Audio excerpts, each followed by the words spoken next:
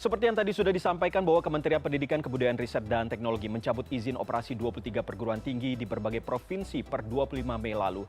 Dan sore ini saya akan berbincang dengan Direktur Kelembagaan Direktorat Jenderal Pendidikan Tinggi, Riset, dan Teknologi. Halo, selamat sore Pak Lukman. Selamat sore. Pak Lukman, soal pencabutan izin 23 perguruan tinggi swasta per 25 Mei lalu, apa sebenarnya yang menyebabkan bisa bersamaan seperti ini dan begitu banyak? Baik, selamat sore pemirsa semuanya. Jadi 23 perguruan tinggi yang dicabut ini bukan seketika ya. Ini adalah proses selama 1 tahun. Dari Mei 2022 sampai Mei 2023. Dan proses itu dilakukan secara bertahap, di mana kami melakukan monitoring dan evaluasi. Kemudian kami juga melakukan evaluasi berdasarkan aduan-aduan yang masuk ke Kemendikbudristek. Saat ini yang masuk melalui kanal resmi Kemendikbudristek ke SIDALI, Sistem Pengendalian Perguruan Tinggi, ada 53 aduan yang berasal dari masyarakat. Dari 53 aduan tersebut, itu kami sudah tindak lanjuti dengan pencabutan izin 23 perguruan tinggi. Nah, selain dari itu, kami juga ada yang kami berikan sanksi berat, kurang lebih ada sekitar 19, itu sanksi berat yang diberikan. Kemudian ada juga sanksi administratif berupa pencabutan izin pembukaan program studi, kurang lebih ada sekitar 7. Kemudian ada juga yang sanksi administrasi sedang, itu adalah 3. Jadi dari 53 ini, kurang lebih 23 sudah tidak bisa diapa-apakan. Itu sudah dicabut izin operasionalnya. Nah, ini yang memang menjadi concern kami, karena di situ sudah adanya bukan dugaan lagi, sudah terbukti bahwa adanya pembelajaran fiktif, kemudian adanya jual beli ijazah, kemudian adanya penyimpangan beasiswa KIPK. Jadi perlu kami sampaikan, ini bukan seketika ya, ini proses 1 tahun kami melakukan investigasi, melakukan monitoring, melakukan evaluasi, dan tentunya sebelum dicabut kami sudah melakukan pembinaan, dalam artian memberikan sanksi berat terlebih dahulu selama 6 bulan. Setelah itu kalau memang tidak ada perbaikan dan makan lebih parah lagi, ya terpaksa kami cabut izin operasionalnya. Oke, kalau tadi ada sejumlah alasan terkait pencabutan izin ini, lalu bagaimana? Apakah ada respon dari pihak kampus sendiri terkait dengan pencabutan, khususnya yang tidak bisa melakukan apa-apa lagi?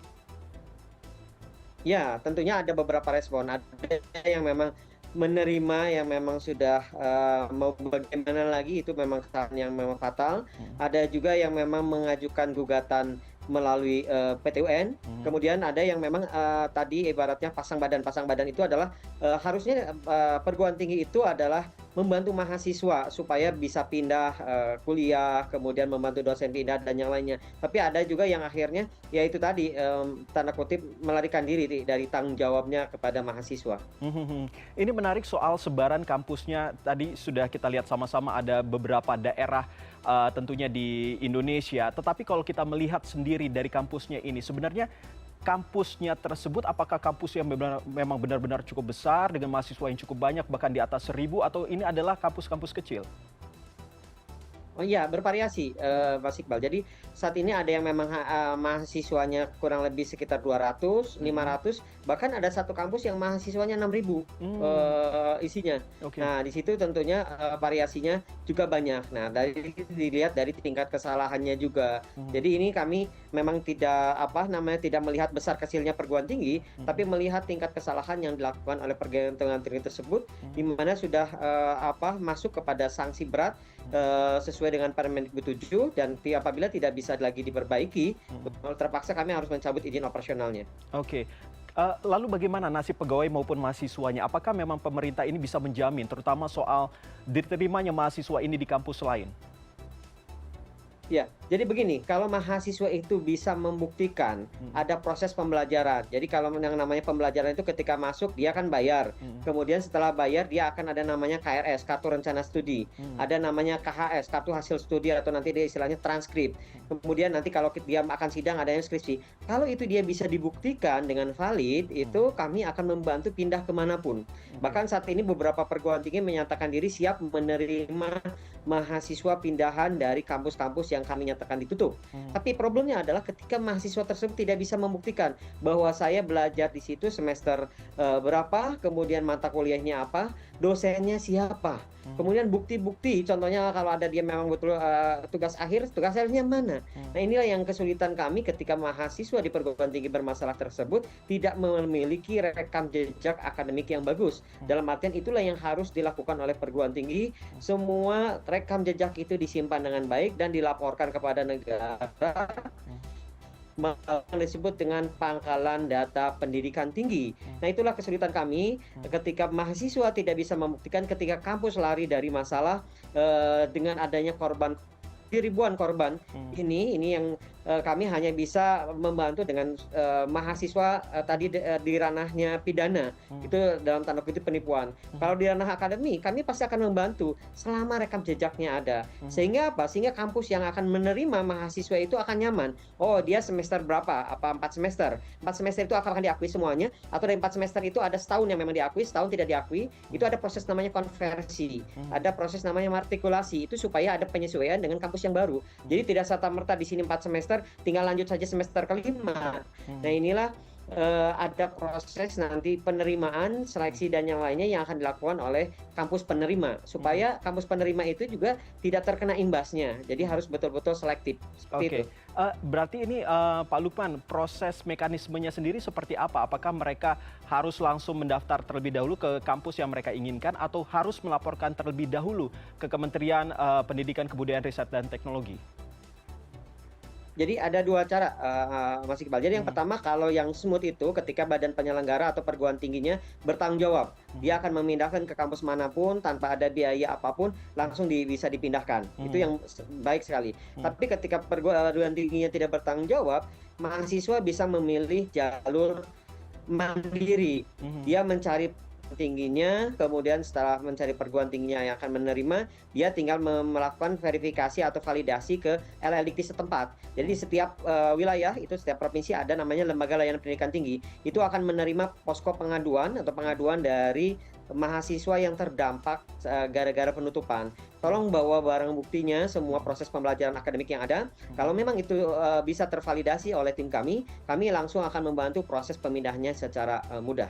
Oke, Pak Lukman, ada informasi juga terkait ini cukup beredar terkait dengan para pejabat yang ternyata katanya ada informasi banyak yang mendapatkan ijazah dari PTS-PTS yang dicabut izinnya ini. Ini bagaimana nasibnya? Apakah ijazahnya tetap sah atau seperti apa? Jadi begini, kalau sesuai ketentuan harusnya bagi yang betul-betul valid bahwa berdasarkan penelusuran kami, ijazahnya itu diperoleh dari mekanisme yang tidak sesuai dengan ketentuan standar nasional pendidikan tinggi, maka perguruan tinggi wajib mendelete yang bersangkutan dari yang namanya pangkalan data pendidikan tinggi atau istilahnya dibatalkan ijazahnya. Tapi itu yang memang sulit dilakukan ketika perguruan tinggi tersebut sudah tidak ada lagi, sehingga kami sangat berharap ketika orang-orang sudah menggunakan ijazah tersebut di dalam dunia pekerjaan, dia sudah memang stabil dalam pekerjaannya, ya sudah, mudah-mudahan dengan ijazah yang ada itu meskipun tadi diperolehnya tidak baik, dia bisa berkarya dengan baik. Tapi tentunya ketika dia akan melanjutkan lagi sekolah, tidak ada lagi datanya di Pendikti. Kemudian ketika dia kalau ada pindah kerja yang memang akan melihat validitas dari datanya, tentunya tidak ada lagi datanya di Pendikti. Seperti itu. Tapi kami lakukan secara bertahap dan ini tentunya kami tidak ingin menimbulkan kegaduhan. Jadi itu yang saat ini kami lakukan dan kami berharap yang ke belakang itu sudah bisa berkarya, sudah bisa memang berkontribusi. Tapi yang ke depan justru yang belum selesai itulah yang menjadi prioritas kami untuk segera kami tangani. Baik, kalau penutupan ini sebagai tindak lanjut dari laporan masyarakat, kalau tadi Pak Lukman mengatakan ada sekitar 50 laporan, 50-an lebih begitu ya laporan dari warga. Sebenarnya ada berapa kampus lagi yang kini jadi perhatian ataupun sorotan? Dan apa yang jadi syarat agar izinnya ini tidak dicabut?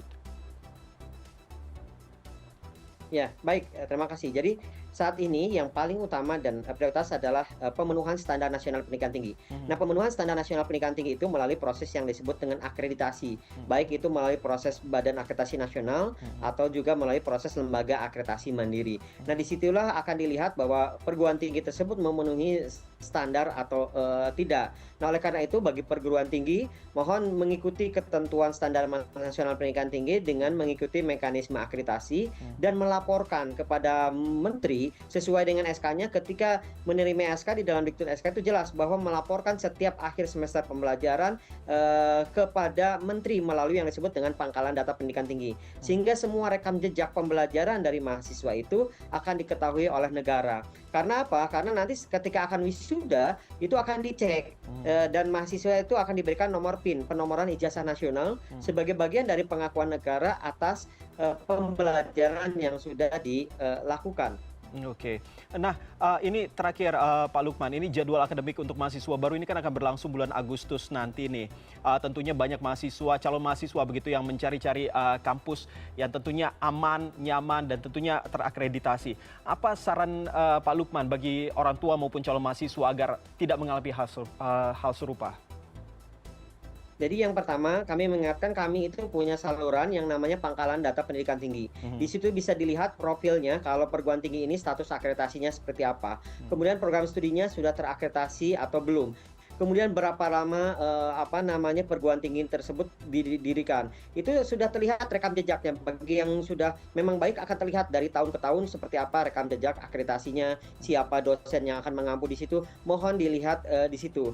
Nah, kemudian bagi masyarakat jangan terbuai oleh layuan ketika ada pembiayaan murah ketika akan kuliah. Jadi ketika ada iming-iming biaya murah, kemudian mudah, cepat lulus, dan yang lainnya hati-hati. Itu bisa terjebak karena biaya murah, kemudian karena kemudahan. Tapi yang dilihat adalah rekam jejak kampus tersebut, yang dilihat adalah kurikulum, yang dilihat adalah mekanisme administratif dari mulai penerimaan, kemudian bertanyalah kepada mahasiswa yang sudah kuliah di situ seperti apa, dan melihatlah seperti apa kampus-kampus yang memang sudah dikelola dengan baik berdasarkan alumni-alumni yang memang sudah dihasilkan dari perguruan tinggi yang berkualitas. Itu yang mungkin harus diantisipasi adalah masyarakat saat ini harus aware. Banyak sosial media yang memang bisa dijadikan dasar untuk bisa melihat ini kampus ini baik atau tidak. Tapi jangan melihat hanya dari mudahnya, jangan melihat hanya dari murahnya, tapi betul-betul datanya itu adalah valid. Kami dari Kemendikbudristek menyiapkan kanal-kanal, jadi masyarakat bisa melihat kampus ini sehat atau tidak ya. Silakan, kami ini terbuka untuk umum. Baik, terima kasih insight-nya Pak Lukman sudah berbincang dengan kami di CNN Indonesia Connected. Tentunya kita berharap agar masyarakat juga semakin terbuka dan juga tidak teriming-iming dengan harga yang murah dan juga proses yang mudah seperti yang tadi sudah disampaikan oleh Pak Lukman. Pak Lukman, sekali lagi terima kasih dan selamat sore. Selamat sore.